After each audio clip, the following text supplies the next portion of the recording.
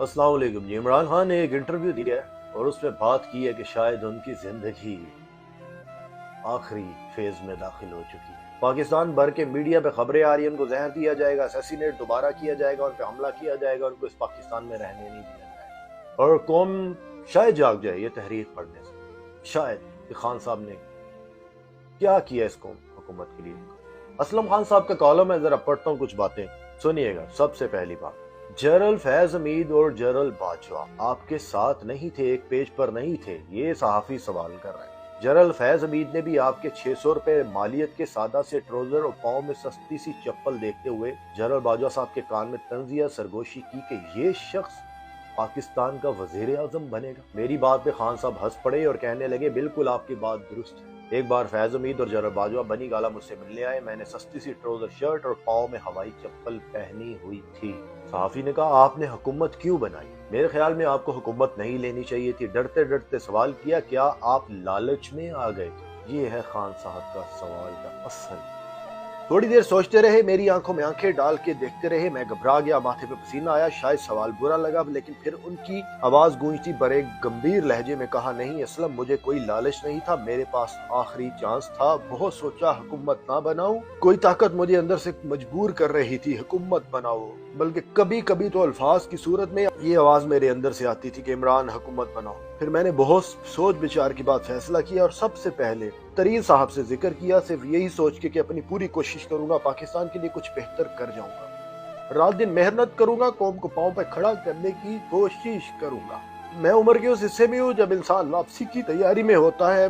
मैं इस बात पे कमिटेड था, अगर इस बार भी मौका नहीं दिया तो दोबारा कभी सर नहीं उठाने देंगे। पता नहीं जिंदगी भी है या नहीं, जिंदगी की आखिरी इनिंग समझकर खेलने का फैसला किया और हुकूमत बना ली। मैं मुतमिन हूँ, मैंने अपनी बसात से बढ़ के पाकिस्तान के लिए बेहतर दिन रात काम किया। होश ही नहीं था क्यों काम ही इतना होता था, सुबह से रात हो जाती, कभी कभी तो खाने का होश भी ना रहता।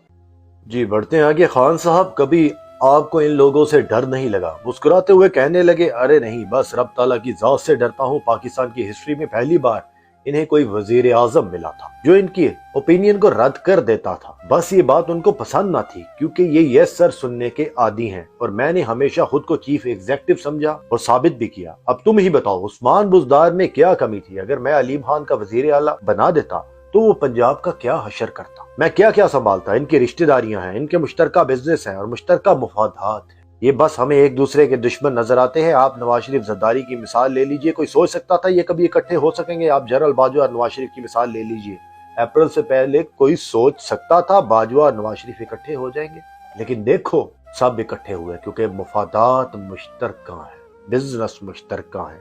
कहने लगे, असलम खान, पाकिस्तान जमीन दुनिया में रब जुल जलाल ने कोई स्पेशल टुकड़ा बनाया है। इतनी मादनियात है, कोई अंदाजा नहीं कर सकता। अगर पाकिस्तान में सिर्फ 15 साल के लिए कोई ईमानदार हुकूमत स्टेबल रहे तो हम इस पोजीशन में आ जाएंगे, दुनिया भर को कर्जा दे सकेंगे। आप कह सकते हैं कि पाकिस्तान मादनियात के हिसाब से दुनिया का अमीर तरीन मुल्क है। ये जन्नत का कोई टुकड़ा है जिसे जमीन पर उतारा गया है। मैं कभी बहुत हैरान होता हूँ, इतना करम हम पे क्यों है? कहने लगे, पूरी दुनिया के मुल्कों के मौसम की इंटेलिजेंस कीजिए। पाकिस्तान वाहिद मुल्क है जहां इंसान पावर और एनर्जी के बगैर जिंदगी जी सकता है, वरना दूसरे ममालिक में तो इसका तस्वुर ही मुहाल है। आप यूरोप, कनाडा, रूस, अमेरिका, हत्ता के गल्फ, सऊदी अरब को देख लीजिए, क्या वहां नेचुरल जिंदगी गुजारी जा सकती है? मुमकिन ही नहीं। या इंसान ठिठर कर मर जाएंगे या गर्मी से पिघल जाएंगे। लेकिन पाकिस्तान ऐसा टुकड़ा है जहां इंसान हजारों साल पहले वाली नेचुरल जिंदगी गुजार सकता है। ये कोई स्पेशल सरजमीन है जिसे पाकिस्तान की सूरत में हमें गिफ्ट किया गया है। यकीन कीजिए, उनकी इस बात ने मेरे रोंगटे खड़े कर दिए। मैंने कभी इस एंगल से सोचा ही नहीं था। ये एंकर गया।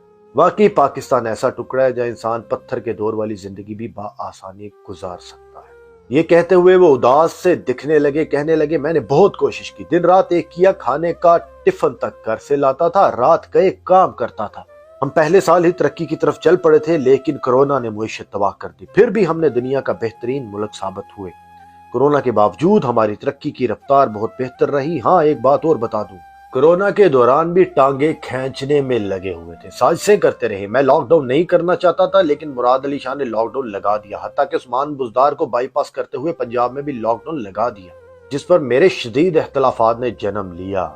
लेकिन लॉकडाउन के बावजूद मैं अपने लोगों को सर्व करने और बचाने में कामयाब रहा। दुनिया ने हमारी तारीफ की, जियो न्यूज के मालिक के ऊपर भी केस बनाया तो मैंने यास्मिन राशिद को कहा कि लगता है इसके ऊपर झूठा केस बनाया है, लिहाजा इसको हर तरह की सहूलत दो, ये बंदा बीमार है।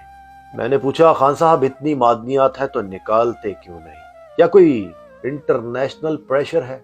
वो बात को गोल करके बस इतना कहा, कराची रिस्ट्रक्चरिंग और लोकल एम्पावरमेंट में हम तकरीबन कामयाब हो चुके थे, लेकिन अचानक हमें प्रोजेक्ट बंद करना पड़ा क्योंकि एक बड़ा ब्रादर इस्लामिक फ्रंट पे आ गया था। अब वो किसके कहने पे आया मुझे इसके बारे में कुछ नहीं मालूम। ये दुबई, गल्फ, ये जितने जो ग्वादर से डरते हैं, जो अपनी बंदरगाह बंद होने से डरते हैं, जहाँ पे इनके कारोबार हमारे यहाँ के हुक्मरानों के अरबों अरबों की जायदादें हैं ना, उनका फिर प्रेशर इन पे आ जाता है। खान का कुछ भी नहीं है वहाँ पे। और दूसरी बात, हमारे मुल्क की अशराफिया को इस मुल्क की तरक्की की जरूरत ही नहीं, क्योंकि वो इतनी दौलत जमा कर चुके हैं, उनकी आने वाली नस्लें भी सदियों तक शाहाना जिंदगी गुजारेंगी। जब इतनी दौलत मौजूद हो, किसी को क्या जरूरत है मेहनत करने की, आलमी ताकतों से पंगा लेकर जान गंवाने की? ये लोग सिर्फ पाकिस्तानियों के लिए हुक्मरानी करते आए हैं, क्योंकि इनका मकसद शहनशाहियत के मजे लूटना है और सिर्फ दौलत इकट्ठी करना है।